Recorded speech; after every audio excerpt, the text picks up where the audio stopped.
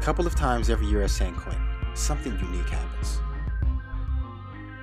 For a few hours, the prison's Protestant Chapel is transformed into the theater, and incarcerated thespians take center stage. Since 2003, Leslie Currier of Marin Shakespeare Company has sponsored Shakespeare at San Quentin, where the plays of William Shakespeare, combined with drama therapy, are used to effect individual and social change. Members from the community work alongside the incarcerated to painstakingly put on these productions. My name is Soraya Keating, and I work as the Shakespeare for Social Justice Director for Marin Shakespeare Company here at San Quentin. I've been working since 2005 as a drama instructor for the Shakespeare program. So for me, the most important aspect of the Shakespeare at San Quentin program is the building of a community of artists, of people coming together to support one another in bringing out their gifts and talents and using their energies constructively rather than destructively. Another facet of this program is we get to build connections with each other, connections with people that we might not ordinarily talk to outside of here. So that weaving of friendships and support among the folks in the group is also really a key aspect of the program. My name is Nate Collins, and I'm playing Duke Vicencio in Measure for Measure, who later comes on disguised as a friar Ludwig, a priest in the play. I've been in Shakespeare for approximately about 8 years. I got involved due to a play I did once about a time ago called So You Know My Story, and from then on it was all acting from here on out. Well, I continue to do this, I think, because it allows me to continue to develop myself as far as my individual self and yet my collective self in regards to working with others. Also, I'm able to become more vulnerable, being able to relate to different characters or empathize with different characters and then allow myself to express what I feel, and that translates into my normal life, being able to know what I feel and then express that in a healthy way. The most important part of this process is the rehearsals. Rehearsals, it builds chemistry, familiarity, and discipline, And I think when we take rehearsals seriously, you see it in the performance. As the day moves along, we get closer to showtime. You can almost feel the nerves. The audience starts to arrive, and the performers prepare to take the stage. And we're gonna put on the hat until we slide. There's no room. Excuse me, let me slide out. Now, it's showtime.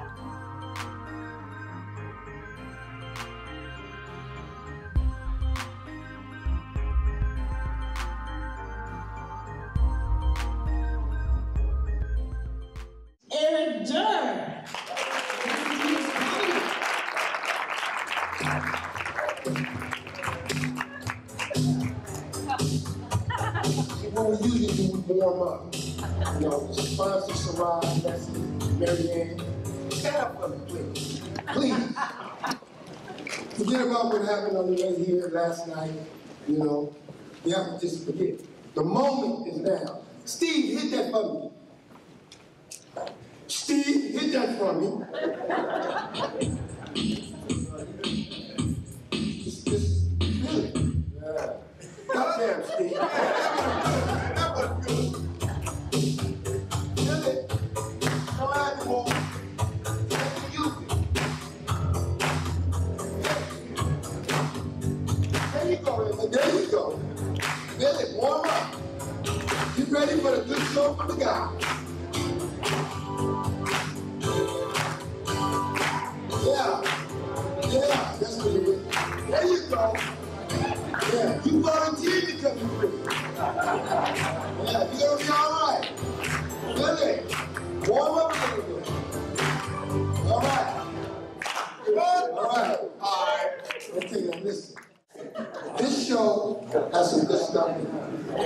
know, an eye for an eye. Do as I say and not as I do. Tell them to sit down. Pimps, hookers. Now, I know a few things about hookers. Now, sometimes they're misunderstood. They have a lot in common with other professions, like psychiatry. Both charged by the hour.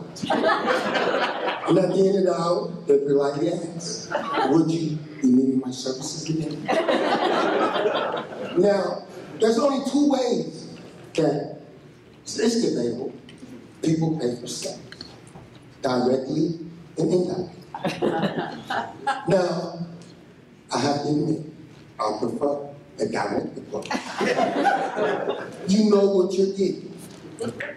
Now, there's been quite a bit of debate about paying indirectly. Husbands and wives, boyfriends and girlfriends, gifts and gratuities, friends with benefits, as we know. But you can't be disappointed when you go around the block. Now, I met a girl, I thought we had an understanding. She called me hot dog, because I worked in a hot dog stand. She was from Texas, Houston, Texas. I would call, she'd say hot dog. I said, Texas, dinner and dancing. She said, of course. Afterwards, we'd have sex. She called me, Eric, dinner and dancing. Afterwards, we'd have sex. And then, it happened. Dinner and dancing, usually. I pulled up into our favorite motel. She said, Eric, I don't want to have sex. I said, you don't want to have sex with me, or you don't want to have sex with anyone? She said, I don't want to have sex with anyone today. Is something wrong? Houston, we have a problem. I said, but we can solve this. She said, how so? I said, give me back my money. I paid for the evening. She said, I don't have the money to give you. I said, well, I know what you do have. She said, what do I have? A long walk home. Now, when you pay directly, it eliminates the problem. Husbands and wives, you know, no means no for obvious reasons. But as a husband or wife, whoever's the breadwinner, you pay the bills. If you have kids, you take care of the kids. You make sure food's on the table. You know, there should never be a question. I have a headache. Don't give me one. Now, my mother and father, on the surface, it was seen that everything was fine. Until one night it happened. My room was right next to theirs. I heard my mom say, get off me, Henry. I'm asleep. And my father replied, every time we have sex, you're asleep. Why wake up tonight? Right? Now, when I first found out that I prefer paying direct, my sister, my oldest sister, she was upset. She said, little brother, I need to have a talk with you. I said, what? She said, you keep paying for sex, you're gonna get an STD. I said, there's a prize? She said, yes, a big surprise. I said, so who should I talk to? She said, a doctor. I said, I should have won by now. But now, my mother, you know, she would think every girl I brought home was a hooker. Not so. I dated conventionally. You know, I bring a girl home. My mother was, you know, what's that word I'm looking for? You know, judgmental. So I would walk in and I said, Mother, this is my friend. She said, may I speak to you in the kitchen? I said, sure, excuse me. And she would whisper, how long you been knowing that girl? I said, a couple of days. Did she go to school? I said, no. She said, does she have a job? I said, yes. She said, what does she do? I said, she's in sales. She said, do me a favor. I said, what? Keep her away from your bottle. But now, one thing we must remember, that no matter what we do, we have to pay the consequences. We have certain names for men that pay directly. Johns, sugar daddy. I prefer Johnny. It's soft. But when I went on the bar, dancing, doing what I do, playing something, introduced myself to a girl, she would say, "What's your name?" I say, "Johnny." She said, "Johnny what?" I said, "Johnny Cash." She said, "Like the singer?" I said, "No, Johnny Paycash." Now, there can be some girls who like getting paid for sex, or getting into it. You know, I prefer a woman that just tells me what she wants. Now, I have run into some women that weren't hookers, so to speak. And she said, "What's your name?" Again, Johnny Cash. She said, "Oh, that's interesting." I said, "What's your name?" She would say, "Mia." "Mia who?" "Mia, pleased to meet you." And away we went. But now, this is what I'm going to do. I'm going to ask you, ladies, no disrespect, wouldn't you prefer a guy who would give you direct payment for your bills instead of spending it on the restaurant, the movies, the gas? You have bills to pay. So don't be mad at me if I say, "Well, why should I go out and spend $200 or $300 to give to someone else? Don't you have bills to pay?" The usual answer is yes. Well, what does your next bill do? Tomorrow? How much? 100? 2? How about just take 3? But now, that can be kind of rude. But as being a young man that prefers paying directly, I have no problem with it. So what I want you to do is please understand, no matter what we say and no matter what we do, we all have different ways of doing a lot of different things. So please, don't be mad when you see me in another life. Who believes in reincarnation? Okay. Yeah? Okay. Yeah, you believe in reincarnation? You know, I told my friend one time, I said, "Man, do you believe in reincarnation?" He didn't know what it was. I had to explain to him. That's when you come back as something that you like. He said, "Well, if I had to come back, I'd come back as a racehorse." I said, "I don't know if that's a good thing." I said, "Because if you break a leg, you end up a soul. Horse meat." He said, "Well, what do you want to be?" I said, "Well, I'd rather be a woman." He said, "I knew you was funny." I said, no, I don't want to be a girl now. I like girls now. But I would like to come back as a woman. Now, I don't know if I would come back as a hooker, but I would come back as a hooker. I don't know if I would come back as a black girl, a Mexican, a white. Because I haven't talked to the reincarnation gods yet. But if I have my choice and I come back as a girl, and you happen to see me in another life, and you say, "Hey, that girl looks familiar, but I can't put my hands on her," don't be afraid to approach me and ask me, "I've seen you someplace, but I can't remember where." And in my girl voice, I will tell you, "Have you been to San Francisco?"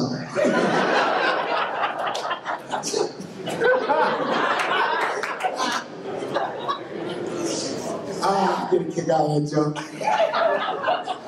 But now, my mother, before I go, she explained to me about hookers and housewives. There's another debate.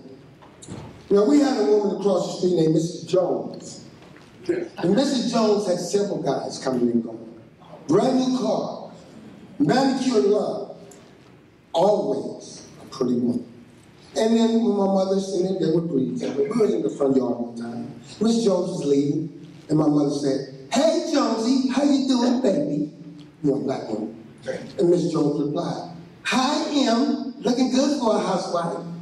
And then she would look at me and say, "Hey, little Eric, if you don't have anything to do this weekend, come by. I'll find something for you." And I said, "I'm sure you will."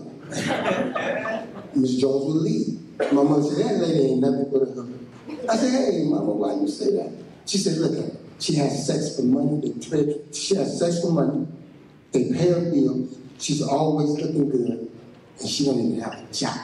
I said, hey, Mom. I said, "You don't work?" She said, "Your point?" I said, "Mrs. Miss Jones has several men. You have one. His name is Daddy. She said, well, so what are you saying? I said, Mom, it seems to me that you would be considered a housewife hooker. She said, let me explain something to you, boy. I said, what? She further explained, by way of the dentist, these two front teeth, they're not mine.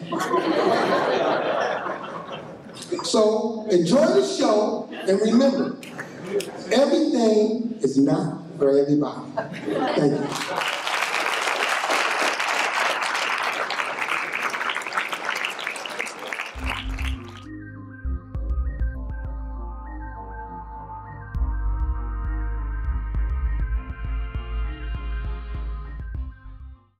Aeschylus, My lord, key business calls me on to Poland's court, and I must need be gone these many months. Your worth is able. There's our commission, from which we would not have you walk. I say, call hither, bid before us Angelo. You must know, we have elected him our absence to supply, lent him our terror, dressed him in our love, and given him all our power. What think you of this? if any of you be of worth to undergo such ample grace and honor, it is Lord Angelo. Look from where he comes. Always obedient to your grace's will. And heaven doth with us as we with torches do. Makes of us a light into the world, and in our remove be thou full ourselves. Your scope is as my own, so to enforce or qualify the laws as your soul seems good. Old Aeschylus, the first in question is thy second. Take thy commission. The heavens give safety to your purposes. And bring you back in happiness. Thank you, and fare thou well.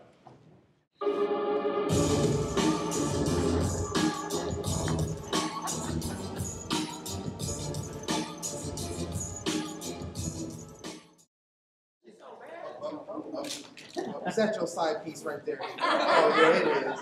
It is. Oh, yeah.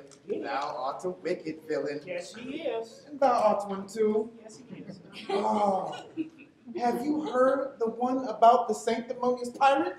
No, but I'm sure you're going to say something about him. He went to sea with the 10 commandments, but only came back with 9. And a lot of stolen booty. That was a good one. Woo! That was a good one, man. You got another one for me? Yeah, what about you? Oh, man, here you go. Thou wert never in a place where grace was said. But grace is grace despite all, and thou art a wicked villain despite all grace. Pump your brakes. Rewind. Who's that pretty thing coming up from all the way back there? Behold, behold.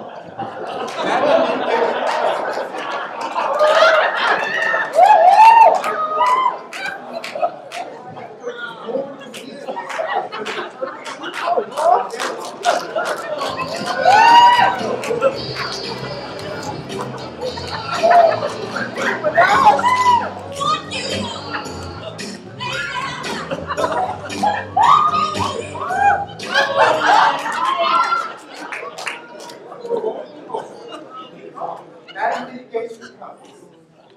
I have purchased more diseases under her roof than there are unjust judges. Wrap it up. STDs ain't no joke. Message. Well, who did? Is one yonder arrested for 5,000 of you? Is that our crazy? Marin? Sir Claudio, Senor Claudio. What? Climb up to prison? It is not so. Oh, it's so. It is so. I saw it with my own eyes.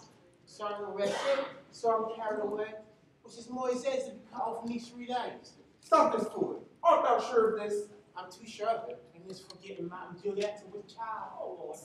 This may be. He promised to meet me 2 hours hence. He did. This does agree with Angelo's proclamation. It does. I'll learn the truth of this. I'll come with you. That's with the war, with the sweat, with the gallows, with the party, and custom shrub. Now, what's the news of you? Yonder man is carried to prison. What has he done? A woman What's his offense? is groping for trout. A peculiar river. Is there made a child by him? No, but there's a woman been made by him. You haven't heard the new proclamation, have you? What proclamation? All whorehouses in Vienna must be plucked down. Plucked down? To the ground, mistress. This is a change in the Commonwealth indeed. What will become of me? Here comes Senor Claudio now, led by the warden of the prison. Oh, there's to be What's wrong? Come now to prison, Lord Claudio. How now, Claudio? What's coming to this restraint? Too much liberty, my Lucio, liberty. Well, what's that offense, Claudio? Thus, this would be upon a true contract. I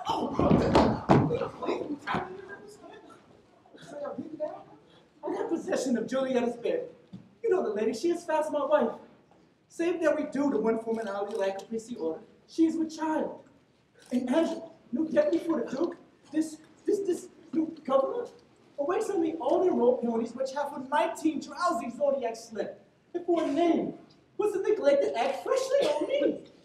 Thy head is so taken on thy shoulders that a milkmaid, if she be in love, could just sigh it off. Why not send after the Duke and appeal to him? I have done so, and he is not to be found. I prithee, do me this kind service. Got you. This day my sister should across the enter. Acquaint her with the danger of my stay. Employ her in my voice that she make friends with the strict deputy. I have great hope in her youth and reason. There is such that may move man. I hope she may succeed for the enjoyment of thy life, which I should be sorry that it be thus foolishly lost as a game of tic-tac out to her. Thank you, my good friend Lucio. I'll come away.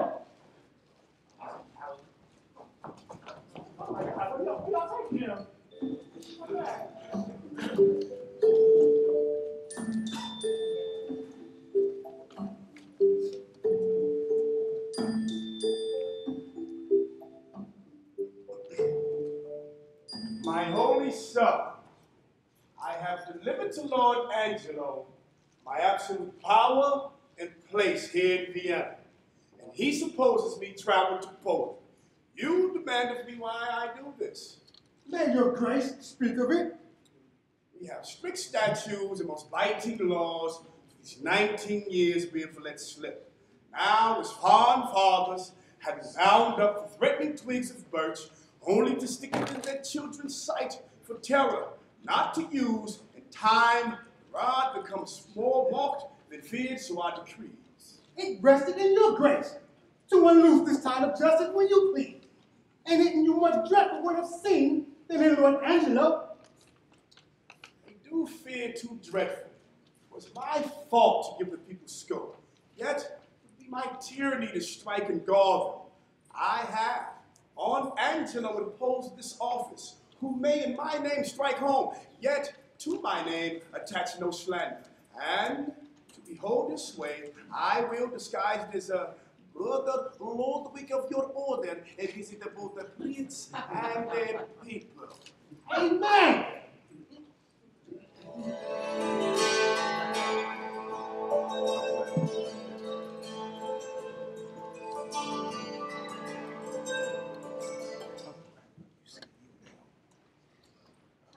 Ate nosse quies in palace, sanctifice aeternum mentum. Oh, peace be within this place. Peace and prosperity, who is it that calls? Hail, Virgin, if you be.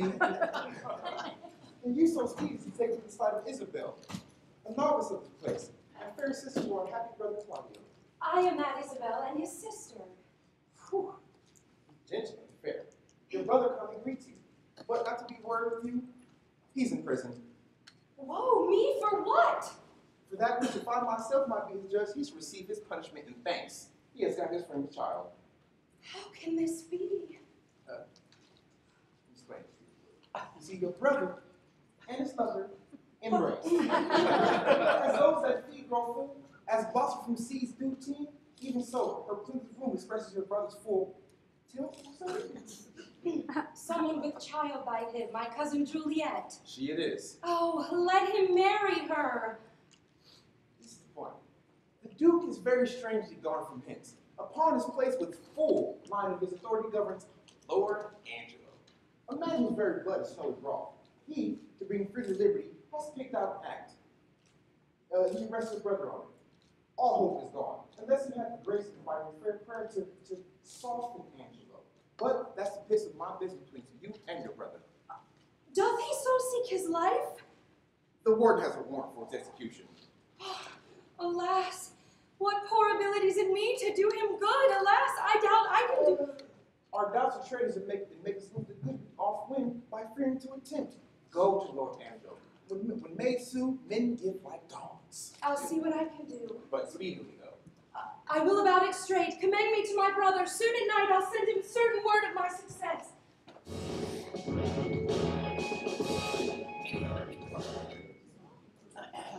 We must not make a scarecrow of the law, setting it up to fear the birds of prey and let it stand stock still, till custom maketh their perch and not their terror. Aye, but yet let us be keen and rather cut a little than fall and bruise to death. Alas, this gentleman whom I will say had a most noble father. 'Tis but the workings of right.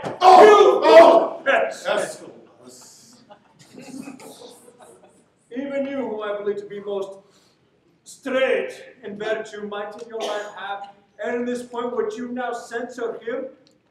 'Tis one thing to be tempted, Aeschylus, another thing to fall. When I that censure him do so offend, let mine own judgment pattern out my death. Sir, he must die. Be it as your wisdom will. Where's the warden? Here, if you like, your honor. See that Claudio be executed by night tomorrow morning. Bring him his confessor. Let him be prepared. Well, heaven forgive him and forgive us all. Some rise by sin, and some by virtue fall.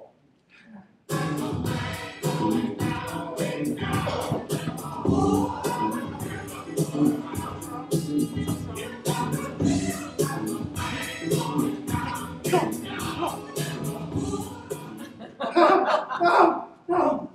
Bring him away. Bring him away. How now, sir? What's your name and what's the matter? If it please your honor, I am the poor Duke's constable. Elbow, my man. I do lean on the side of justice, sir, and do bring in here before your good honor 2 notorious benefactors. Benefactors.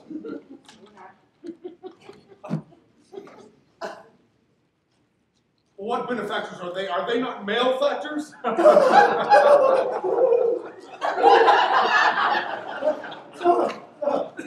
I know not well what they are, but precise villains they are. That I am sure. And void of all profanation in the world that good Christians ought to have. Here's a wise officer. Elbow is your name? Why dost thou not speak, Elbow? Cannot. Cannot. It's out at elbow, sir. What are you, sir? He, sir, is a capstar, sir. One who serves a bad woman whose house was, as they say, plucked down. And now she professes a hot house, which I think is a very ill house too. How know you that? My wife, sir, whom I detest for heaven and your honor. How, thy wife? I, sir, whom I thank heaven is an honest woman. Dost thou detest her, therefore? I say, sir, I will detest myself also as well as she, that if it not be a dog's house, it is a pity of a life, for it is a naughty house. How dost thou know that, Constable? Daddy, sir, by my wife. By my wife. I his wife. By my wife. If she had not been a woman cardinally given, might have been accused of fornication, adultery, and all uncleanliness there. So that's how you want to get at it? Yeah. So, sir, she came in.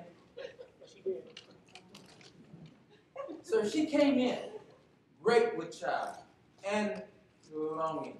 Oh. Saving your honor's reverence for stewed prunes. As it were, we had but two in the house, which at that very time stood, as it were, in a fruit dish. A dish of some 3 pence. Your honors have seen such dishes. No. They're not China dishes, but Go to. No matter for the dish, sir. No. Indeed, sir, you are therein in the right. But to the point. As I say, this Mistress Elbow being, as I say, was child and being great-bellied and longing. As I say, for stewed prunes and having but 2 in the dish, and Master Froth here. This very man, having eaten the rest, as I said, and as I say, paying for them very honestly. Indeed. Very well. You be then, if you be remembered, cracking the stones of foresaid rooms. All of this is true, sir. Why, very well indeed. But then, Come, you are a tedious fool to the purpose. What was done to Elbow's wife? That he has cause to complain. Come, me, to what was done to her. Sir, your honor, cannot come to that yet. Sir, but you shall come to it by your honor's leave. And I beseech you, look at the Master Froth here. Man of 4 pound a year, whose father, his daddy, died at Halloween. It was Halloween, was it not, Master Froth? All Halloween's Eve, sir. Very well. He, sir, sitting, as I say, in the lower chairs, where indeed you have a delight to sit, have you not? I have so, because it is an open room and good for winter. Very well. I hope there be the truth. I'll take my leave. Leave you to the care of the cause, hoping you'll find good cause to whip them all. Oh, I think no less. Good morning to your lordship. Now, sir, what was done to Elbow's wife once more?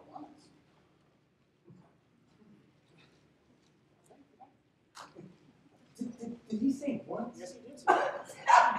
Yes, he did. Okay, sir, once, nothing was Well, done no. once. What did this gentleman do to her? Oh, I beseech you, look into this gentleman's face. Look upon his honor. Doth your honor mark his face? Aye, sir, very well. Doth your honor see any harm in his face? Why, no. His face is the worst thing about him. What? Good then. If his face be the worst thing about him, how could Master Frost do the constable's wife any harm? I would know of that, your honor. Constable, what say you to it? First, if it, like you, this house is a respected house. Next, this is a respected fellow, and his mistress is a respected woman. He means suspected. By this hand, and I do mean this hand, his wife is a more respected person than any of us all. Oh, priest, yes, she is. I kissed your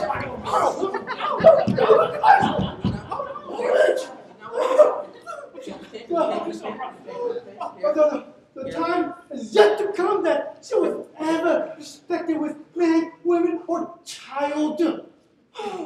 Sir, she was respected with him before he married with her. Yes, he was.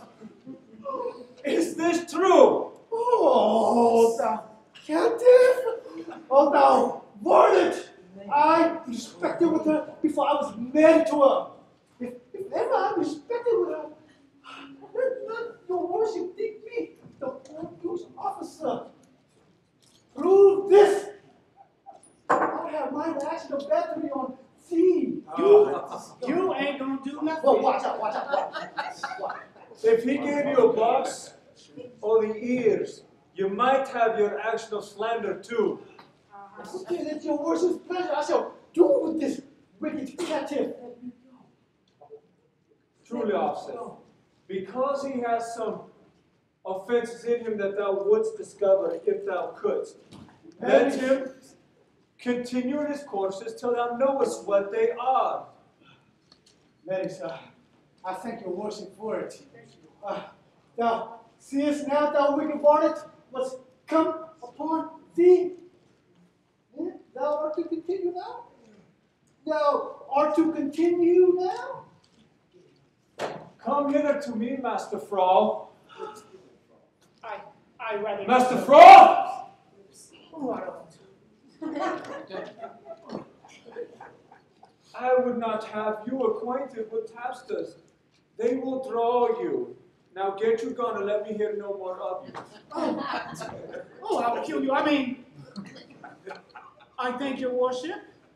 For my own part, I never come into any tap house, but as you said, I am drawn in. Well, no more of it. Get you gone. Thank you will. Thank you, sir. Thank you. Come out of here. Hear the Master Tapster.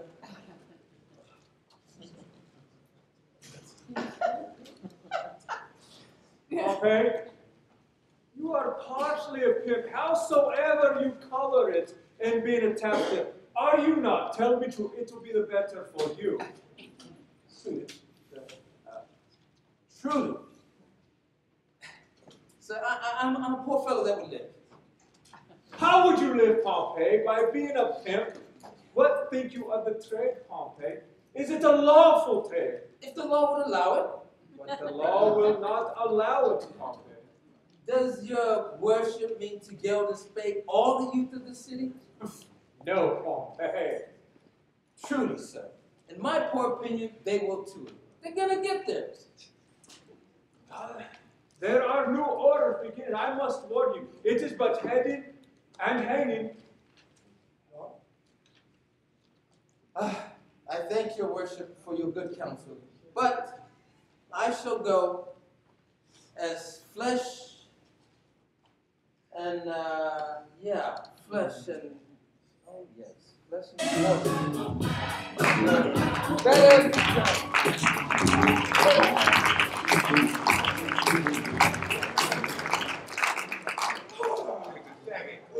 Come hither to me, Master Constable. Come hither, Master Elbow. How long have you been in this place of constable? 7.5 years, sir. I thought you had continued it for some time. 7 years, you said. And a half, sir. Oh, it has been great pains to you. They do you wrong. They put you so oft on it. Are there not men sufficient of your ward to serve it? Few in such matters, sir. I do it for some piece of money and go through with all. Look you, bring me the names of 6 or 7, the most sufficient of your parish. To your worship's house, sir? To my house, fare you well.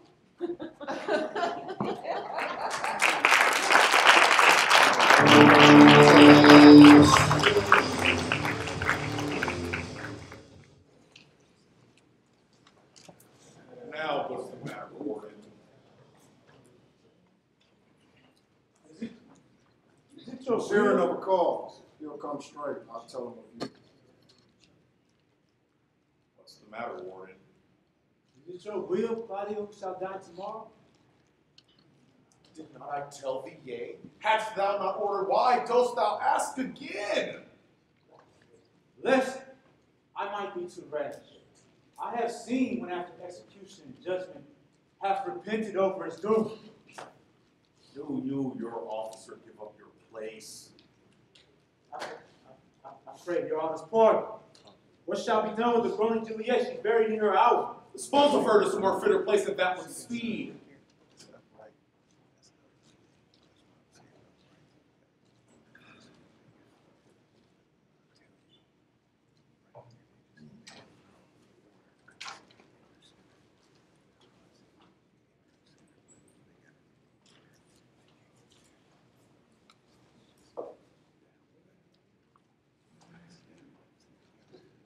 One is a sister desires access. Happy a sister. I, my lord, a very virtuous maid, indeed. Well, let her be admitted. See you the fornicators to be removed. There shall be order for it. God save your honor. You're welcome. What's your book? I am a woeful suitor to your honor. Well, what's your suit? There is a vice that most I do abhor, and most desire should meet the blow of justice, for which I would not plead, but that I must. Well, the matter? I have a brother is condemned to die. I do beseech you, let it be his fault, and not my brother. Heaven, give thee moving graces. Condemn the fault, and not the actor of it. Why, every fault's condemned her to be done. I cannot find the fault and let go by the actor. Just but severe law. I had a brother then, heaven keep your honor. Give it not over so. To him again. Entreat him. Kneel before him. And again I say, Must he needs die? They didn't know remedy. Yes, I do think that you might pardon him, and neither heaven nor man grieve at the mercy. I will not do it. But can you, if you would? Look! What I will not, that I cannot do. He's sentenced. It's too late. Too cold. No ceremony but to great ones longs. Not the king's crown, nor the deputed sword, the marshal's truncheon, nor the judge's robe become with them one half so good a grace as mercy does. Pray you be gone. I would to heaven I had your potency. I would tell what were to be a judge, and what a prisoner.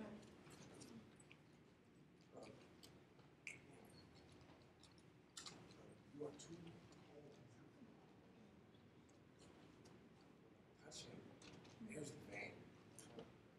Your brother is a forfeit of the law, and you but waste your words. How would you be, if he, which is the top of judgment, should but judge you as you are? Oh, think on that, and mercy then will breathe within your lips like man new made. Be you content, fair maid. It is the law, not I, condemn your brother. Were he my kinsman, brother, or my son, it should be thus with him. He must die tomorrow. Tomorrow? Oh, that is sudden. Spare him. He's not prepared for death. Even in our kitchens we kill the fowl in the season. Shall we serve heaven with less respect?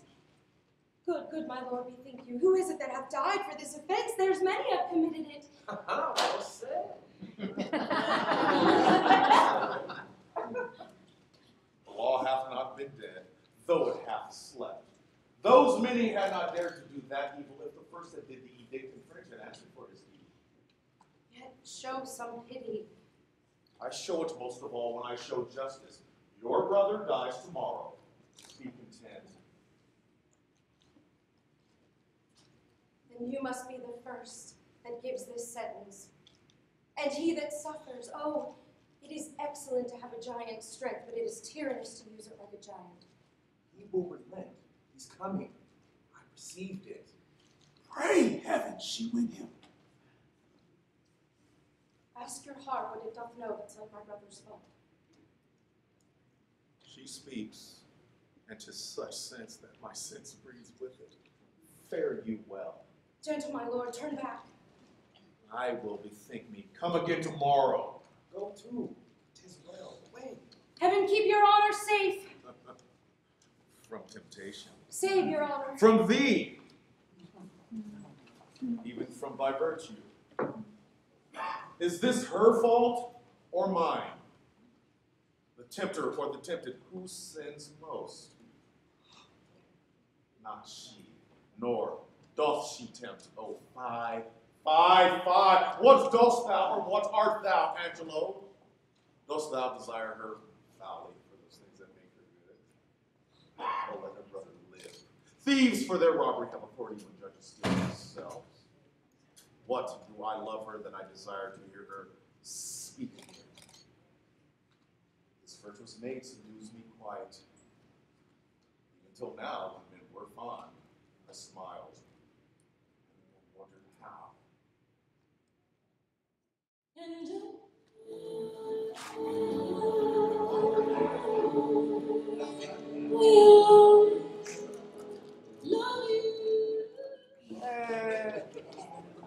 I feel, I don't know, I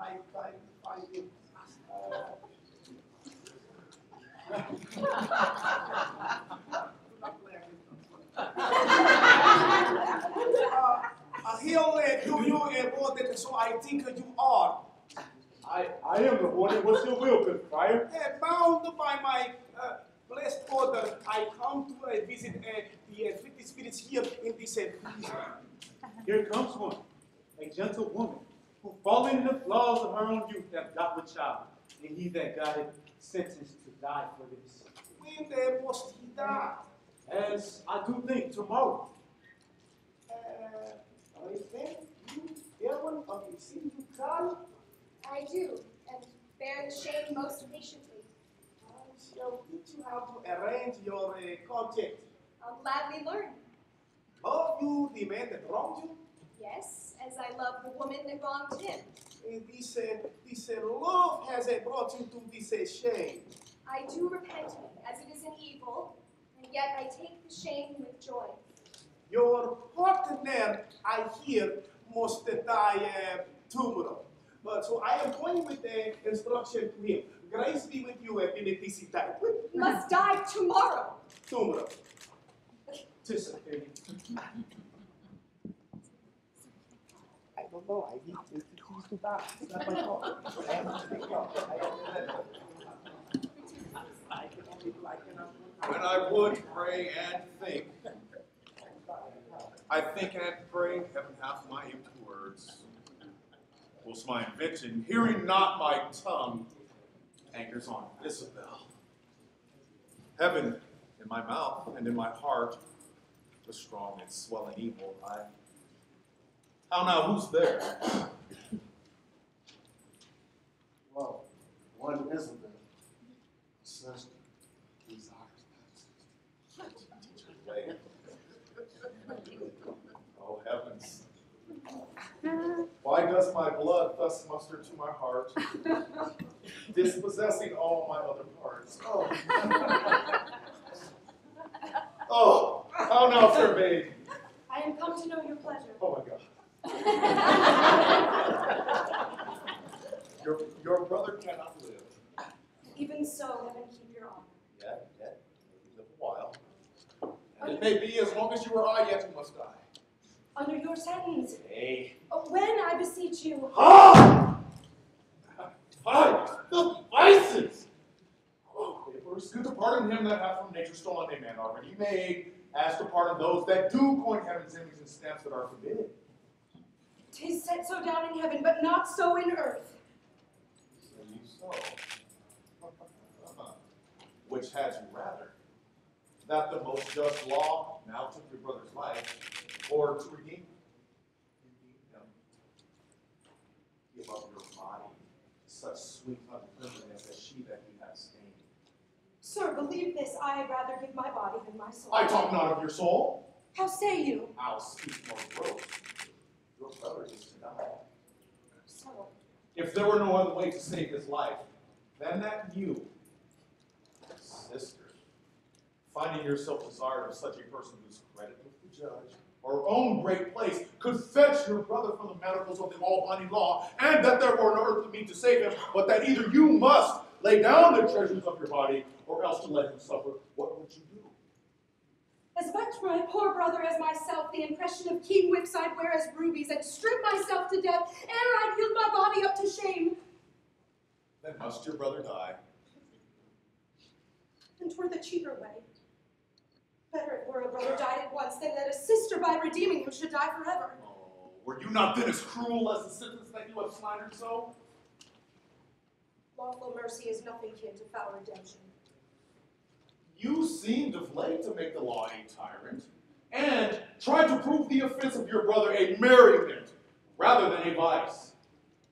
Oh, pardon me, my lord. To have what we would have, we speak not what we mean. I something do excuse the thing I hate for his advantage that I dearly love. We are all frail. Then shall my brother die for frailty. Nay. Women are frail too. Nay. Call us 10 times frail, for we are soft as our complexions are.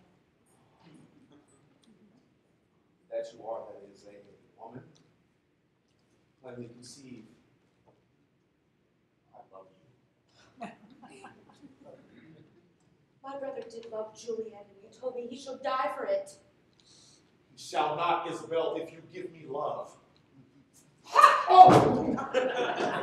Little honor to be much believed and most pernicious purpose. I will proclaim thee, Angelo. Sign a present pardon for my brother, or I'll tell the world aloud what man thou art. Who will believe thee, Isabel? My unsoiled name, the austereness of my life, my word against yours, and my place in the state, will your accusation overweigh? I have begun. And now I give my sensual race the rein.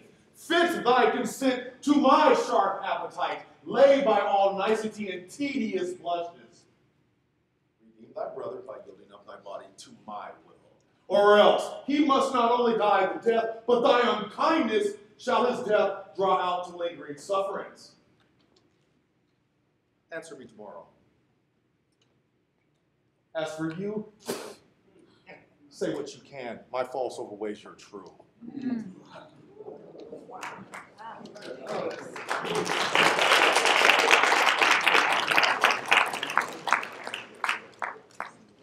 should I complain? Did I tell this, who would believe me? I'll to my brother. He hath in him such a mind of honor that had he 20 heads to tender down on 20 bloody blocks, he'd yield them up before his sister should her body stoop to such horrid pollution. Then Isabel, who chaste and brother died. More than our chastity is our, more than our brother is our chastity. I'll tell him yet of Angelo's request, and fit his mind to death for his soul's rest.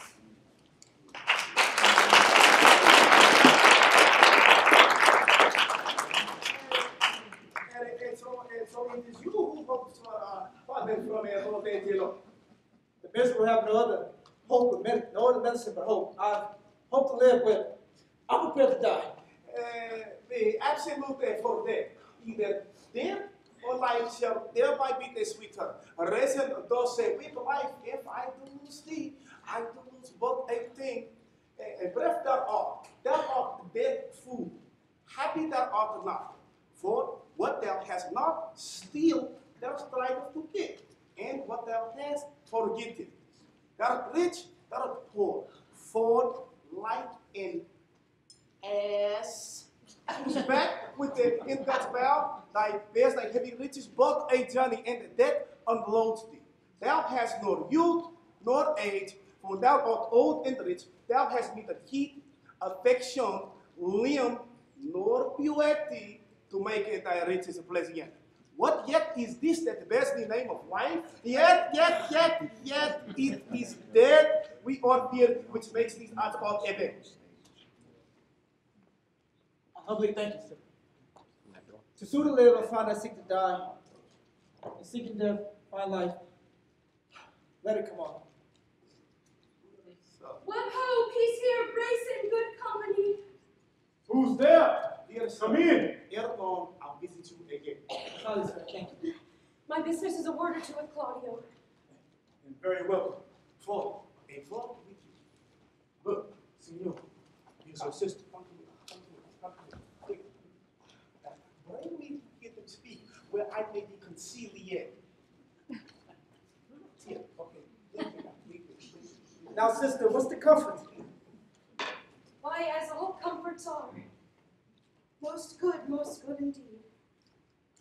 Lord Angelo, having affairs to heaven, intends you for his swift ambassador. Therefore, your best appointment make with speed. Tomorrow you set on. Is there no remedy?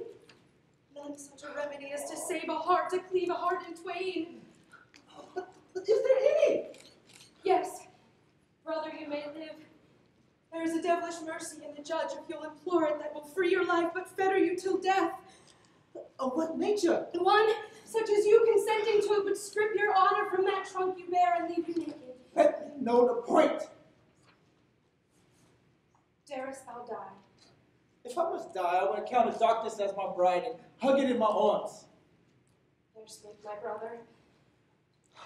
This Angelo is yet a devil. The saintly Angelo? If I would yield him my virginity, thou mightst be free. Oh, hers it cannot be. Tonight's the night that I should do what I abhor to name, or else thou diest tomorrow. Thou shalt not do it. Oh, were it but my life, I would throw it down for your deliverance as frankly as a pin. Thanks to Isabel. Be ready, Claudio, for your death tomorrow. What? It is no sin. Or the deadly suffering is the least. Which is the least? Oh, Isabel. What, says my brother? That is a fearful thing. And shamed life a hateful. Aye. But to die, and go we know not where, to lie in cold obstruction and to rot. This sensible warm motion to become a needed climb.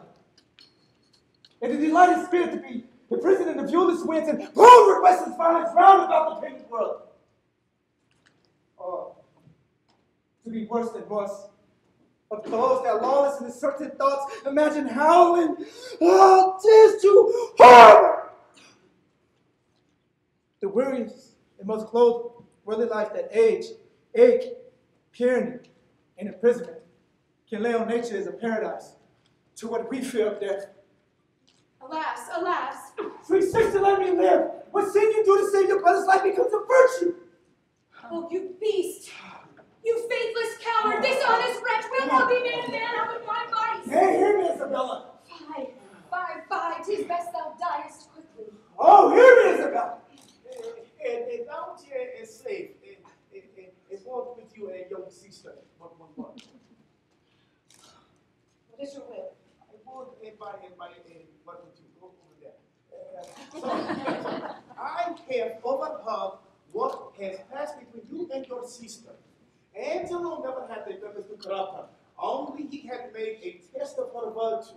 She, having the truth of honor in her, had made him that gracious denial which he is most glad to receive. I am confessor to Angelo, and I know this to be true. Therefore, prepare yourself to death. Do not satisfy your resolutions with hopes that are fallible. Tomorrow you must die. Go to your knees and make a ready. Let me ask my sister's part. I'm so out of love with life that I soon to be rid of it. Oh, you there, farewell. Stay there, not problem. And the hand that has made you good has made you feel. The assault that Angelo has made on you, fortune has conveyed to my understanding. What would you do to save your brother?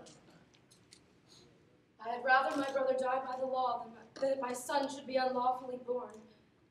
But oh, how much is the good Duke deceived in Lord Angelo! If ever he return, I will uncover Angelo's iniquity. Yet he will avoid your accusation, and he may trial on you only. Therefore, fasten your ear on my advising. The love I have in doing good, a remedy presents itself. You may most uprighteously do a poor long lady and merited benefit, redeem your brother from the angry law, do no stain to your own gracious person, and much please the absent Duke if ever he shall return to have hearing of this business. Oh, let me hear you speak farther. I have spirit to do anything that is not foul. Virtue bold, goodness never fearful. Have you not heard speak of Mariana, the sister of Frederick, the great soldier who miscarried at sea? Yeah, I have heard of the lady, and good words went with her name. But she, this Angelo had married, was a fiancée to him by oath, the nuptial appointed, between which time of the contract and the solemnity was her brother miscarried at sea, having in that perished vessel the dowry of his sister. Mark how heavily this befell to the poor genteel woman.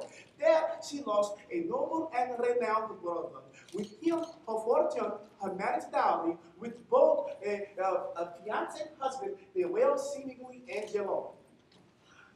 How can this be? Did Angelo so leave her? Left her in her tears, dried not one with his comforts, swallowed his vows whole, and relents not. But how out of this can she avail? Well, actually, it's a rupture that you may easily heal. And the cure of it not only saves your brother, but keeps you from dishonor. Tell me how, good father. This foreign maid has yet in her the continuance of her first affection.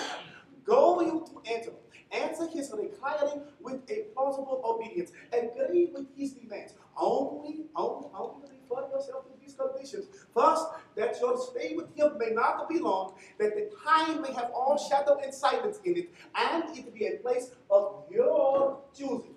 This being granted, and now follows all, we shall advise this wrong maid to speed up your appointment, to go in your place, and if the encounter be acknowledged hereafter, it may compel him to her.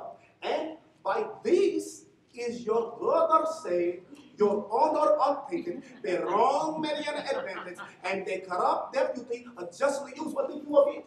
It gives me content already. Place you speedily to Angelo, and if this night he can place you to his bed, give him promise of satisfaction. I will present you to Cyprus, and at this place call upon me quickly. Very well, good father. I thank you for this comfort. Truly.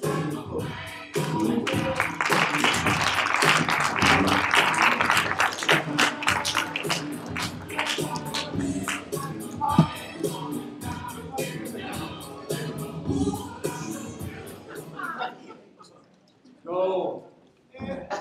Nay, you shall not sell men and women like beasts. Oh, heavens, what stuff do we have here? Yes, you, the Father Friar. He has offended the law.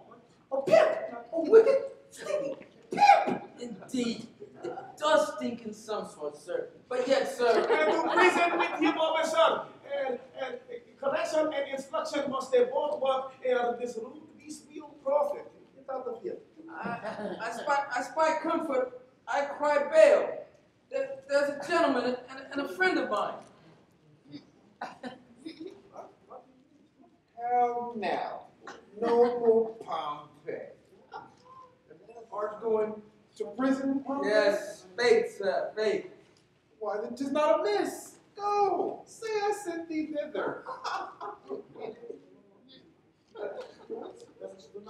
What? I didn't just. This ain't great. This is a problem.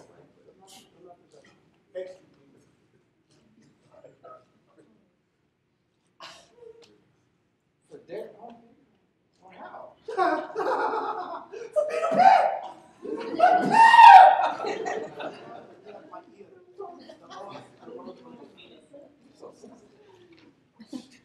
Why then, if imprisonment be the due of a pimped wife, why 'tis his right.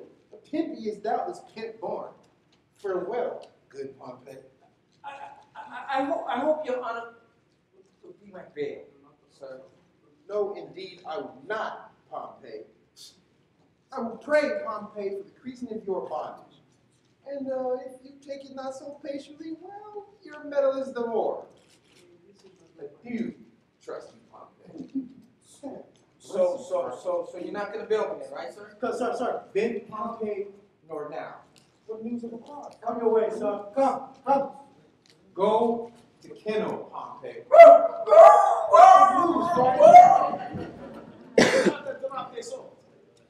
What news, Friar, of the Duke? I know of none. Can you tell me of any? Some say he's with the Emperor of Russia. Others, some say that he's in Rome.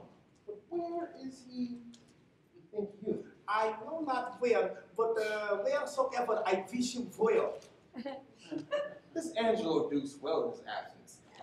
They say Angelo was not made by a man and woman in the downright way of creation. Is it true, think you? How should he be made cheap? Some say a sea maid spawned him. Others some that he was begot between two stockfish. But this I know to be certain, that when he makes water, his urine is congealed ice. This I know to be true.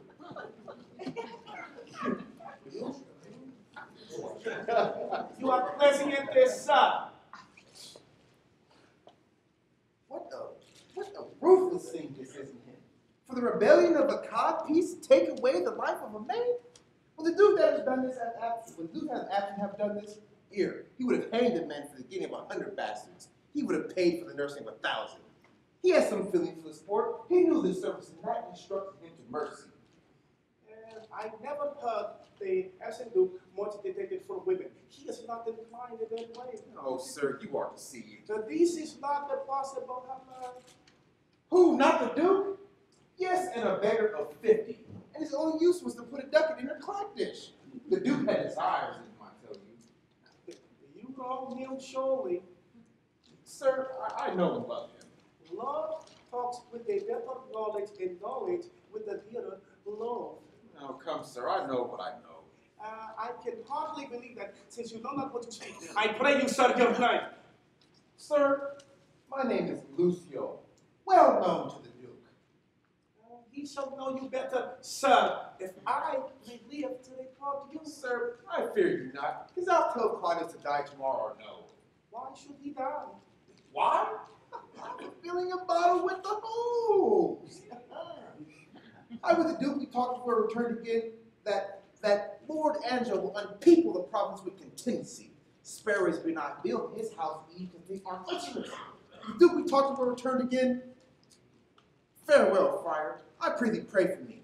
I say to thee again that Lord Angelo will eat mutton on Fridays. He's not past it yet. I say to thee that he would mouth with a beggar, though she smelled of brown bread and garlic. Say that I said so. Farewell. What a slanderous tongue. But who comes here?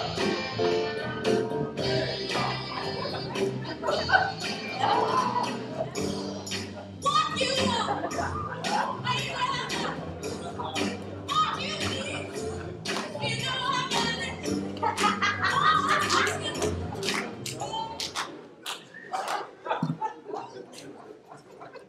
Away with her to prison. Good my lord, your honor, your merciful honor is a most honorable man. Speak good to me. Double and treble admonition, and still acted at the same kind. This would make mercy swear. My lord, this is one of Lucio's informations against me. Mr. Keith that was with child of him was him in the time of the Duke. And he promised him marriage. I kept the child myself as a yearly course. See how he goes about to abuse me? Now, Will! No, away with her to prison. No more words. Warning, I Angelo will not be altered. Claudio must die tomorrow. So please you. This friar has been with him in Protestant. Good evening, good father. Bless and the goodness on you. Whence are you? Like to come from the Pope in special business from His Holiness. What news abroad in the world? None. But there's scarce truth enough in life to make society secure. This news is old, yet it is today's news. I pray, sir, of what disposition it was that they took. One that above all other strive, contented, especially to know himself. What the pleasures was he given to? Rather rejoicing to see another marry than marrieth anything to make him rejoice, a gentleman of all temperance. But leave we him to his bent, and with a prayer they may prove prosperous. How do you find Claudio prepared? He is resolved to die. I'm going to visit the prisoner. Fare you well. Peace be with you. He who the sword of heaven will bear should be holy as severe. Shame to him whose cruel striking kills for faults of his own liking. Oh, what may man within him hide, though angel On the outward side.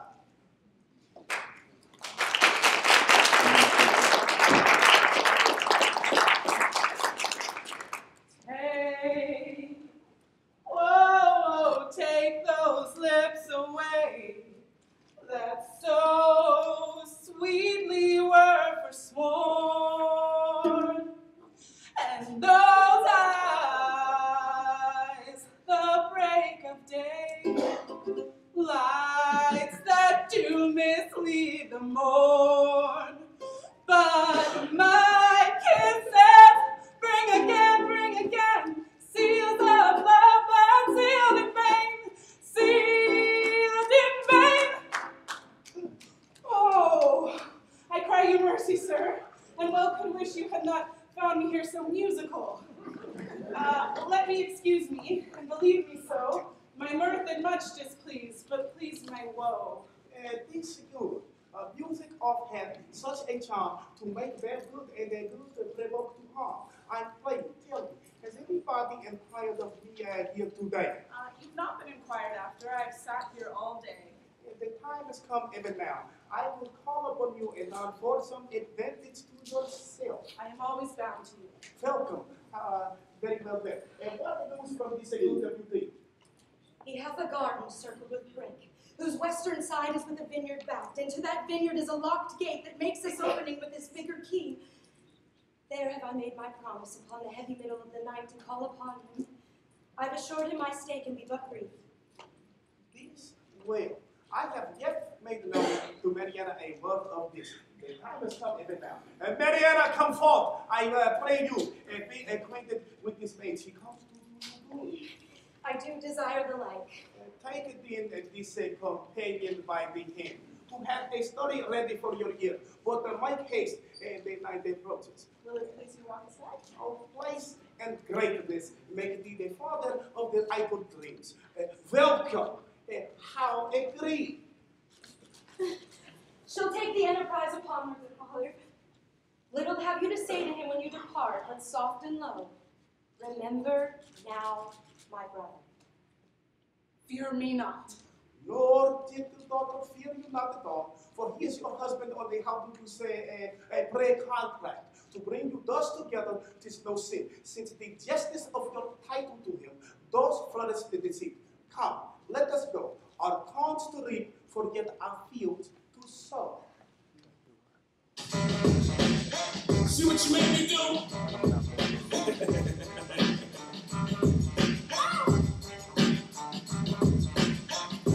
Shout out to old Jews and old rules. New blacks with new snacks. I already been the kid. Red track, I'm just bringing it back like Jordan packs. New money, they looking down on me. Blue bloods, they trying to clean.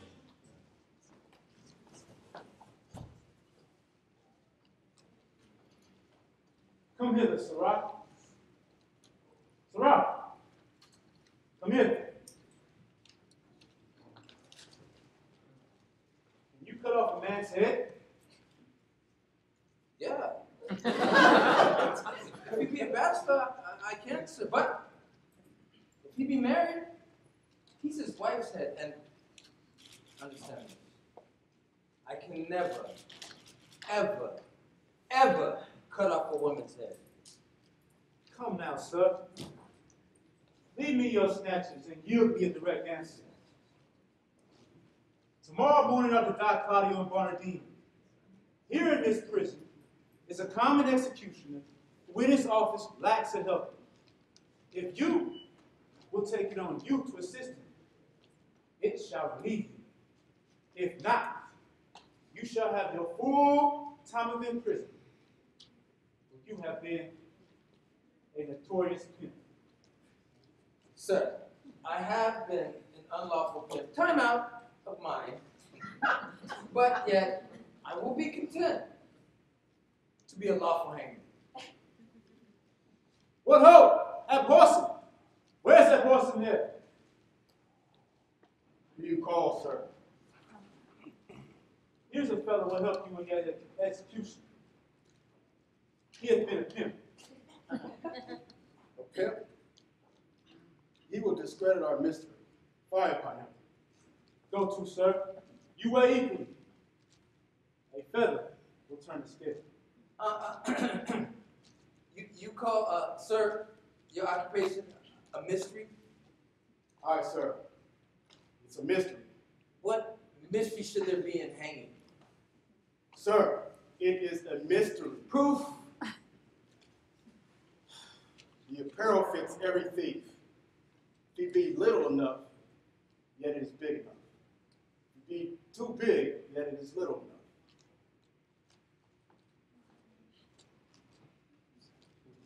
Are you agreed? I will serve him, sir. You, provide your block tax tomorrow, 4 o'clock. Come on, Tim. I will instruct thee in my trade. Follow.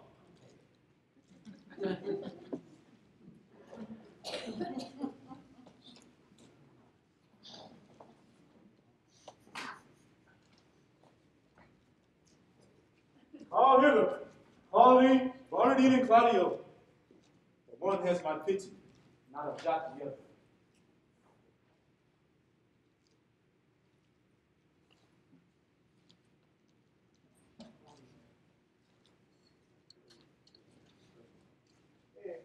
The best minutes of the night in just do a good water.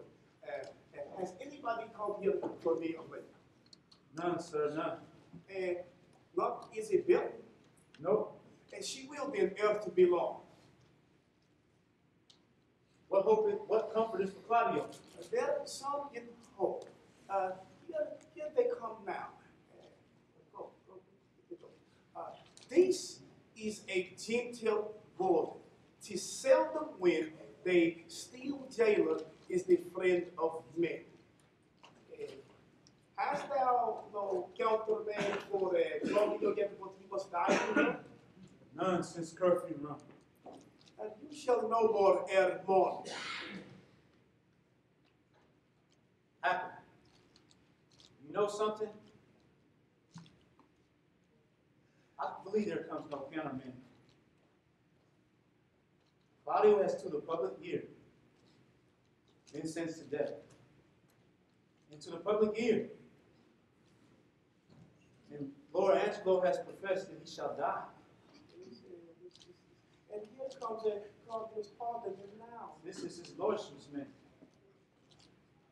My Lord has sent you this letter, and by me this further charge, that you swerve not from the smallest article of it, neither in time, matter, or other circumstances.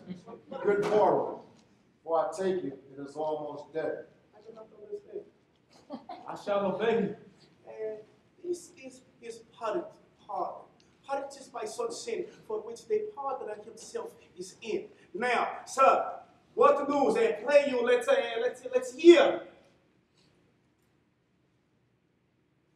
Whatsoever you may hear to the contrary, let Claudio be executed by 4 o'clock. And in the afternoon, Bonardine, for my better satisfaction, let me have Claudio's head sent me by 5. Fail not to do your office, as you will answer it at your own time. What's he? Bonardine, Was to be executed in the afternoon? a Bohemian born, one who has been a prisoner 9 years old. How came it the absent duke had not either delivered him to his liberty or executed him? I have heard it was ever his manner to do so. His friends still wrought reprieves for him, and indeed, his case till now in the government of Lord Angelo. It is apparent. Most manifest and not denied by himself. Has he brought himself penitently to please him? And he had had liberty in the prison. Give him leave to escape, he would not. Drunk many times a day, if not many days, entirely drunk. We have awakened him and carried him to execution with a seeming warrant. It has not moved him at all. Father, it's written in your brow, honesty and constancy, and for the which I crave but the 4 days respite. For you are to do me a present and dangerous courtesy. Pray, sir, in what? And the writing of Claudio's dead. How may I do it, having expressed command under the penalty of death? Let this Claudio be this morning executed and his head borne to Angelo. I can't, sir. It's against my oath. Oh, that's a great disguiser, and you may add to it. Shave the head and beard and say it was the desire of the penitent to be so bare before his death. You know this course is common, and if any bad thing before you for this, I will plead against it with my life. Claudio has seen them both. Angelo has seen them both. Were you sworn to the Duke or to the deputy? To him and his substitutes. What if the Duke doubts the justice of your dealing? And how could that happen? Look here, sir. Here's the hand and seal of the Duke. I know them both. And the contents is the return of the Duke. Within these 2 days, he will be here. And this is a thing that the Angelo knows not. Put not yourself in amazement how these things should be. Call your executioner and offer Bonardine's head. Come away, because it is almost clear dawn. I don't know why you do not understand.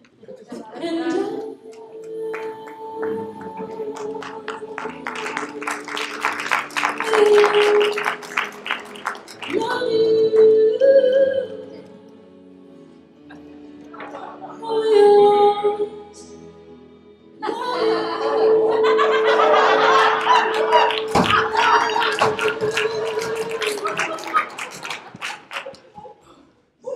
Remember now, my brother. I will.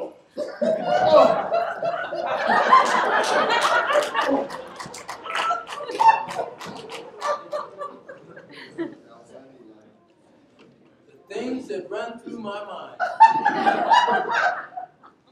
I was well acquainted here as I was in our house of profession. Why, one would think this was Mistress Overdone's own house, for here be many of her old customers. Janice.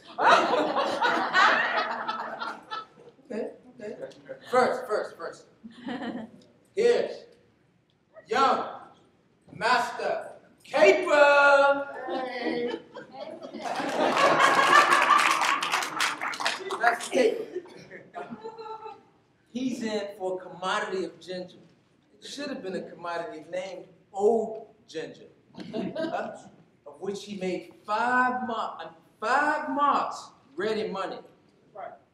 And then we have here, is there one young Master Caper?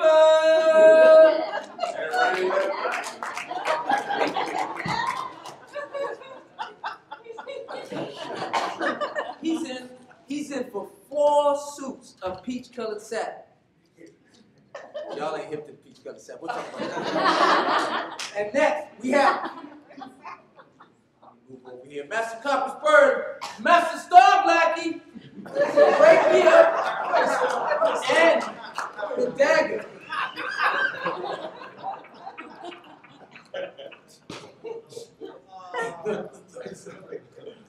Yep, we got young Drop Dizzy.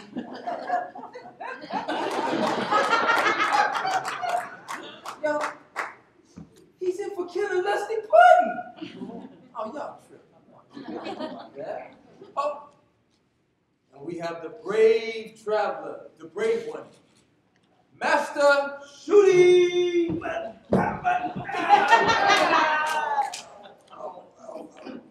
Oh, and we can't forget, let me move over here. Wild Half Can. You gotta stay away from him. He's for stabbing pots. And I think there has to be about 40 more. All great doers of our trade, and are now for the Lord's sake.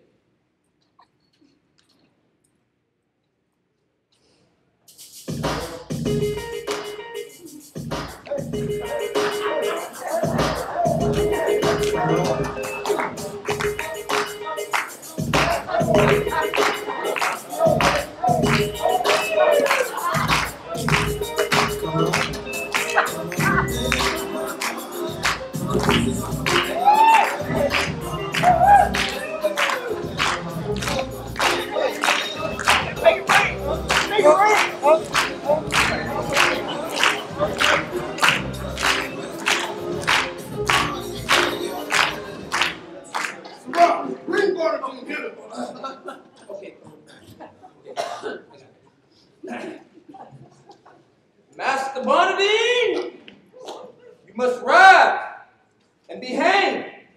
Master Barnardine. What? Oh, Barnardine!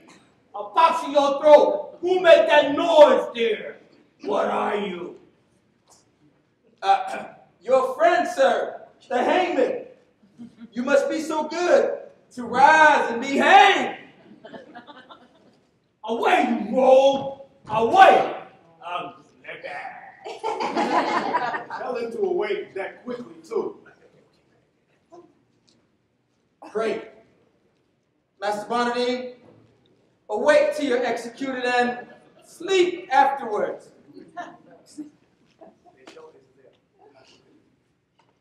The axe upon the box. Very ready, sir. Oh no, poor sir! What the news is you? Truly, sir, I would desire you to clap to your prayers, for look you, the warrants come. You roll. I've been drinking all night. I ain't fitted for it. Oh, the better, sir. For he that drinks all night and is hanged betimes in the morning, sleeps all the sounder the next day. Look, sir, here comes your priestly father. Do it just now, think you? Sir. Hearing how hasty you are to depart, I am come to play with you, hello. Turn! Not I. I've been drinking hard all night. I will have more time to prepare me. But this shall be my brains out with fillets. I will not consent to die today, and that's certain. Oh, sir, you must, and therefore prepare on a journey you shall go. You will not die. I swear, I will not die today for any man persuasion. I won't hear you. Not a word. If you have anything to say to me, come to my cell, for thence will not I today. Hey, fellows, after him, and bring him into the block. It's a guy, I don't know what this thing is. How do you find a prisoner? A creature unfit for death, and to transport him in the mind he is in for damnable. This morning, here in the prison, there died a cruel fever magazine, a most notorious pirate.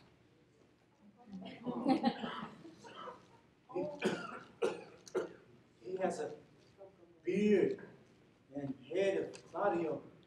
What if we do omit this reprobate and disguise him as Claudio? Sometime to that. This an accident that they haven't provided. And quicker dispatch. And then simply head to Angelo. Now will I write letters to Angelo that I, the Duke, am near at home and to meet me outside the gates of the city where we shall hence proceed with Angelo. Here's the head. I'll carry it myself. It is convenient. Make a swifter return. I'll make all speed. Peace, ho, be here. This is Isabel. She's come to know if yet her brother's pardon will come hither. But I will keep her ignorant of her good, for which, and the heavenly covers of the despair, for which it is least expected. Now, by your leave. Good morning, fair and gracious daughter. Hath yet the deputy sent my brother's pardon? His head is off and sink to Angelo. I'm sorry. Unhappy Claudio, wretched Isabel, injurious world, most damned Angelo. Your cause to heaven. Nay, dry your eyes. If the Duke comes home tomorrow, and notice has gone to Aeschylus and Angelo, who, how do you say, they do prepare to meet the Duke outside the gates of the city, and there you shall have the grace of the Duke, repentance to your heart, and general honor. I am directed by you. What? Who's come here? Who's here? Who's here? Oh my God. Good evening. Friar, where's the work? Not within, sir. Come. Oh, pretty Isabel. I am pale at my heart to see the eyes so red. Thou must be patient. They say the Duke will be here too. Sir, by my troth. This Duke will be hoping with other cause. Thou not knowest the well of the Duke. Thou not knowest the Duke as I do. He's a better wooden than thou takest him for. Sir, you shall answer this in one day. Fare you well. No, nay, Terry, I'll go with you. I can tell thee pretty tales of the Duke. You have told me too many of him already. If some were true or not true, none for enough. I was once before forgetting a maid with child. What? You did such a thing? Yes, Mary did I. But I was fain to forswear it. They would have else married me to the rotten wench. Sir, your company is better than honest. And rest you well. Go somewhere. By my troth, I'll accompany to the lane's end. And if body talk offend thee, we'll have very little of it. Nay, Terry, friar, I'm like a kind of bird. I shall stick. I do not.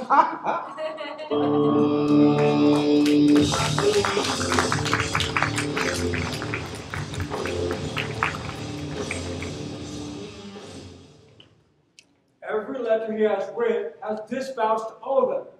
His actions show much like madness. Pray heaven his wisdom be not tainted. And why meet him at the gates? I guess not. And why should we proclaim it in an hour before his entering that if any claim redress of injustice, they should exhibit their petitions? Perhaps to have a dispatch of complaints, and then to deliver us clear hereafter.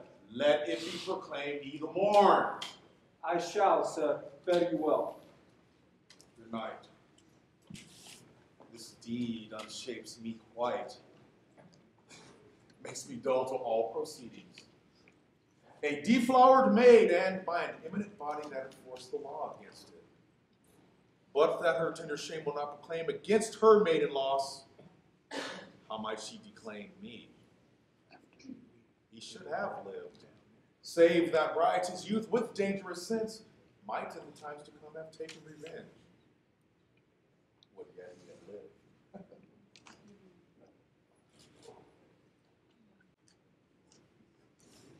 These letters at fit time, deliver for me, call our friends to gather here.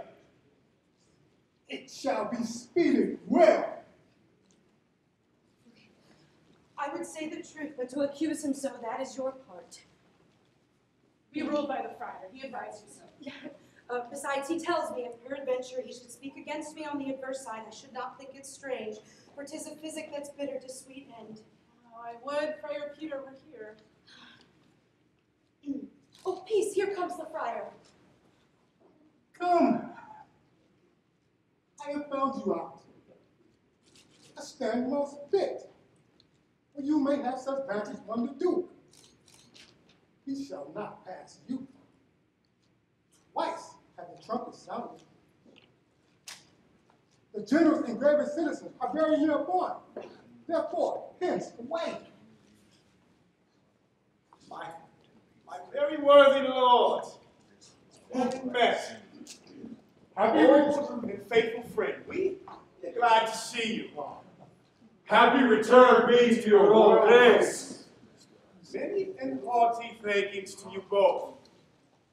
We have made inquiry, and we hear such goodness of your justice that we cannot but yield you forth to public thanks. You make my bond still greater. Oh, your desert speaks loud. Give me your hand, and let the subject see. Come, Essence, you must walk by us on our other hand. Now, is your time. Speak loud and kneel before him. Justice, O royal Duke, veil your regard upon a wrong I would fain have said a maid. Hear me in my true complaint and give me justice, justice, justice, Relate justice. your wrong to the judge by whom be brief. Here's Lord Angelo shall give you justice. O royal Duke, you bid me speak redemption of the devil. Oh, hear me yourself, hear me here. My lord, her wits, I fear me, are not firm. She hath been a suitor to me for her brother, cut off by course of justice. By course of justice. And she will speak most bitterly and strange. Most strange, yet most truly will I speak. That Angelo is forsworn. Is it not strange that Angelo's a murderer? Is it not strange that Angelo's an adulterous thief, a hypocrite, a virgin violator? Is it not strange and strange? Away with her! Poor soul. She speaks this in the affirmative of her senses. I am the sister of one Claudio, condemned upon the act of fornication to lose his head, condemned by Angelo. I, in true regard to sisterhood, was sent to by my brother by one Lucio. That's I. Ain't like your grace. I came to her from Claudio and desired for her to try her gracious fortune, we'll say, for her poor brother's pardon. You would not bid to speak. This gentleman tells somewhat of my tale. Right. Lord be right, you or I the wrong to speak for your time. We'll see. I went to this pernicious deputy. How I persuaded, how I prayed and kneeled, how he repelled me and how I replied. This was of much length. The vile conclusion I now begin with grief and shame to utter. He would not, but by gift of my chaste body to his intemperate lust, release my brother. This was of much debate, and my sisterly remorse confused mine honor, and I did yield to him. But the next morn betimes, his purpose surfeiting, he sends a warrant for my poor brother's head. Oh, heaven, on the wretch. Thou knowest not what thou speakest. His integrity stands without blemish. And this is all. Then heaven shield your grace from woe, and I thus wrong, hence unbelieved go. I know you fain be gone, an officer to prison with her. Shall we thus permit asking and scandalous breath to fall on one so near us? Who knew of your intent and coming hither? One that I would were here, Friar Lodowick. No, who knows this Lodowick?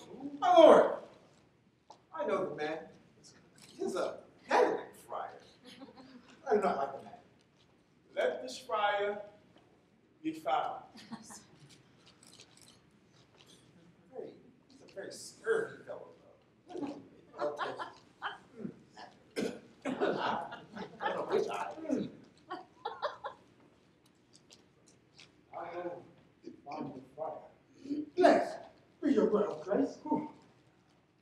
to stick by my lord. And I have heard your welfare abused. Here, got this worthy woman, most wrongfully accused of your substitute, who is most free to touch a soil with her. We did believe no less. Know you this Friar Lodwick that she speaks of? I know him for a man, divine and holy. But at this instance, my lord, he is sick of a strange fever.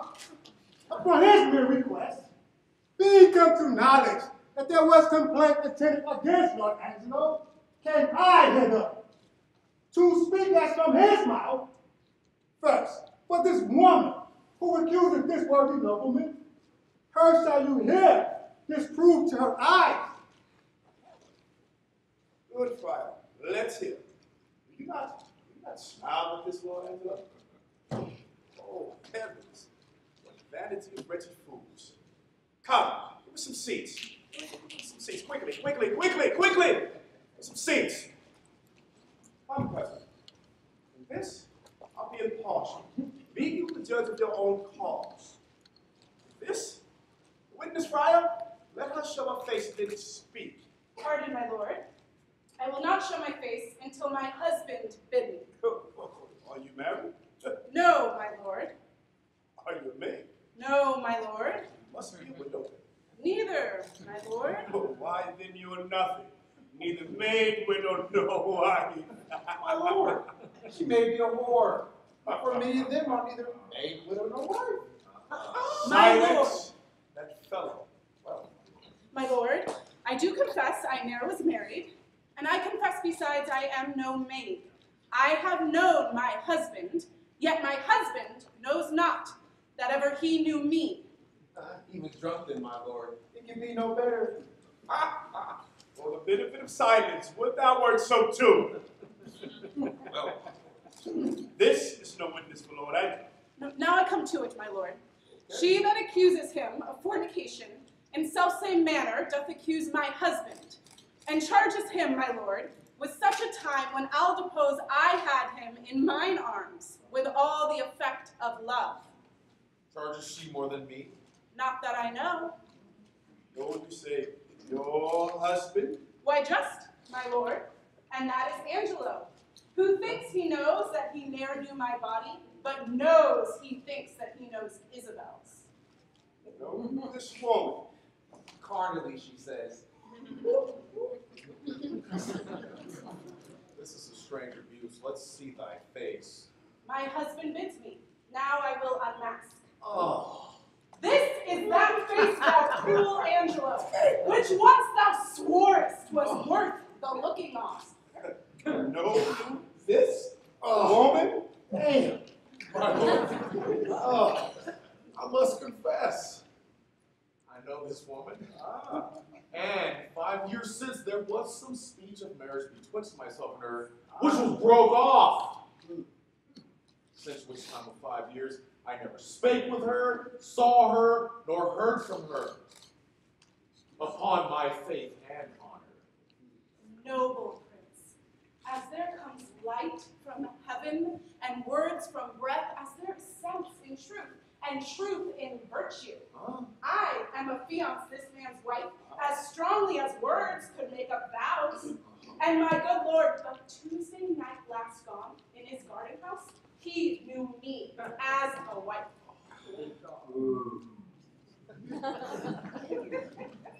I do perceive these poor women are instruments of some more mightier member that sets them on. Let me have way, my lord, to find this practice out. And punish them to the height of your pleasure? Send for the friar that set them on. Your warden knows the place where he abides, and he may fetch him. Go to it. Find this out next week. You cousin find this out. I, for a while, will leave. My lord, we'll do it thoroughly. Signor Lucio, did you not say that Friar Ludwig was a dishonest person? And one that I spoke the most villainous speeches of the Duke. Call that same Isabel here once again. Come on, mistress. Here's a gentlewoman denies all what you have said. My lord, here comes the rascal I spoke of. Here with the warden. Come, sir. Did you set these women on to slander Lord Angelo? They have confessed you did. See, this is false. Know you where you are. Where is the Duke? This he must hear me speak. The Duke's in us, and we will hear you speak. Look, you speak just here. The Duke's unjust, thus to put your trial in the village mouth when you come here to accuse. This is the rascal I spoke of. Why, thou unreverend and unhallowed friar, is it not enough that you suborn these women to slander this worthy fellow, but who have been foul-mouthed and in the proper of his own ear to call him villain? Take him hence to the rack with him. Wait, do not touch me. I am the cloth. Be not so high. I have been a looker on here in Vienna, where I have seen corruption boil and bubble till it overall. Slander to the state! Away with him to prison! Signor Lucio, is this the man that you did tell us of? This is the man. Do you remember what you said of the Duke? And most notably, sir. Do you, sir? The Duke was a fleshmonger, a fool, a coward, as you think reported him to be. And you spoke so of him much more and much of us. Oh, thou damnable fellow. I protest. I love the Duke like I love myself. Hark, how the villain would speak now, after his treasonable abuses. Away with him to prison! Where is the warning? Away with him to prison! Stay for a while. What? Resist he? Help him, Lucio. Wait, I do not understand. Wait, hey, someone help! Ooh. Now on, the first maid that ever made is the Duke. Sneak not away, sir.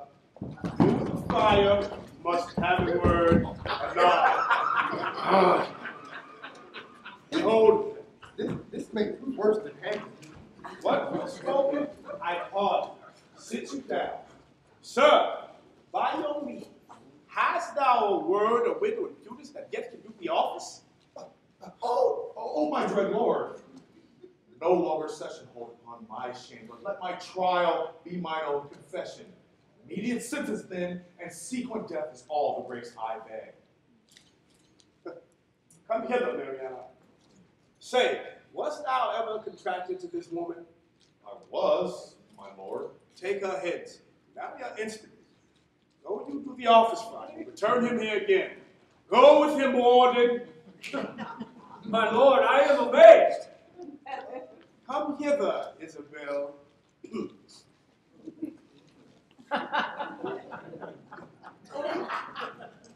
Your friar is now your prince. Give me pardon that I, your vassal, have employed and paid your unknown sovereignty. Your pardon, Isabel. Now, my dear maid, be thou as free to us. I know your brother's death sits at your heart. But this new married man approaching here, you must pardon for Mariana's sake. But as he adjudged your brother being criminal in double violation of scarred chastity and promise breach, the very mercy of the law cries out, and Angelo for Claudio, death for death. Haste still pays haste, leisure answers leisure, like doth quit like, and measure still for measure. Then, Angelo, thus thy thoughts being manifested, we do condemn thee to the very block where Claudio stooped to death, and with like haste, away with him. No! Ah! No! Oh, my most gracious lord, I hope you will not mock me with a husband. It is your husband that mocked you with a husband. Oh, my dear lord, I crave no other, nor no better man, gentle, my liege. You do but lose your labor. Away with him to death. Now. Oh, my dear lord, sweet Isabel, take my part, lend me your knee. Should she kneel down, her brother's ghost would take her hence in horror. They say best men are molded out of faults, and for the most become much more the better for being a little bad. So may my husband. Oh, Isabel, will you not lend a knee? He dies for Claudio's death. Most bounteous sir, look, if it please you, upon this man condemned, let him not die. My brother had but justice in that he did the thing for which he died. For Angelo, his act did not overtake his bad intent, and should be buried as but an intent. Your thoughts? Dearly, my lord. I have bethought me of another fault. Warden, how came it Claudio was beheaded at an unusual hour? It was commanded so. Hast thou a special warrant for the deed? No, my lord. It was by private message. For this, discharge you of your office. Give up your keys. Pardon me, noble lord. I thought it was a fault, but you had not yet did repent. What's he? Bonardine. I would have thou done so by Claudio. Bring him hither and let me look upon him. I am sorry that one so learned and wise as you, Lord Angelo, should slip so grossly. I crave death more bluntly than mercy. 'Tis my deserving, and I do entreat it. Which is that? Bonardine? This, my lord. Sirrah, thou art said to have a most stubborn soul that apprehends no further than this world. Thou art condemned. But for thy earthly faults, I quit them all and hope thee take this mercy to provide for better times to come. Friar, advise him. What muffled fellow's that? This is another prisoner that I saved alive who should have died when Claudio lost his head, as like almost to Claudio himself.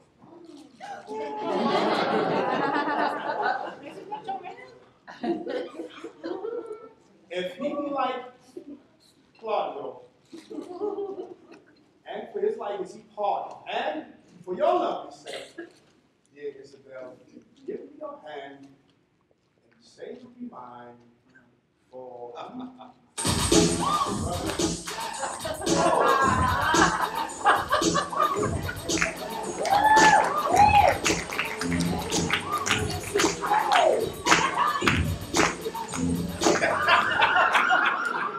And yet, here's what in place I cannot walk.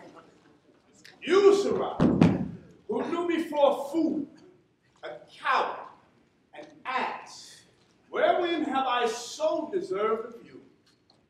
Faith, my lord, I spoke it but according to the times. If you will hang me for it, you may, but if it would please you, can I might be whipped instead? Whipped first, sir, and hanged after. Proclaim it, warden, round about the city. Is there any woman wronged by this lewd fellow, as I have heard him swear himself? There's one whom he begot with child. Let her appear, and he shall marry her. The nuptial finished, let him be whipped and hanged. Marry my lord? I beseech your highness. Your highness said even so yourself. I made you a duke. Do not recompense me by making me a cockhole. Upon my honor, thou shalt marry her. My slanders, I forgive. Marrying a punk is pressing and hanging? Slandering a prince deserves so. She, Claudio, that you wrong. Look, you restored. Joy to you, Mariana. Love her, Angelo. I have confessed her, and I know her virtue. Thanks, good friend Aeschylus. By much goodness, there's more to come that's more graduate. Oh, yeah. Thanks, warden, for thy candid secrecy. We shall employ you in a worthier office. Forgive him, Angelo, for sending you the head of Ragazine for Claudio. The offense pardons itself. Dear, my dear Isabel, I have a motion much in what's your good. Whereto if you are willing here inclined. What's mine is yours, and what's yours is mine. So, bring us to our palace, where we'll show what's yet behind that's meet y'all should know.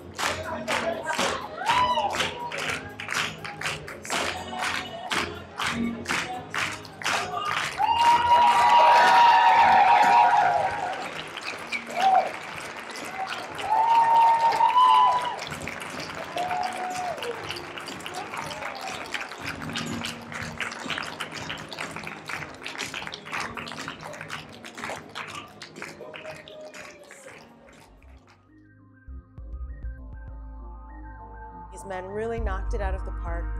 It was amazing. They made us feel so much. Everything, was within Shakespeare. There's anger, remorse, jealousy, betrayal. I was awestruck. Is this thing on? What I take away is quite simply that people need this kind of work. I know I'm pissing you off right now, but I don't care. We have way, way more in common than our differences. I believe that this is the 5th time my wife Diane and I have seen the play. We were so impressed by how this can help the men who are in the program that we decided to partially fund this program because we thought it was meaningful to change lives. It is getting loud in here. May we stop, please? Thank you.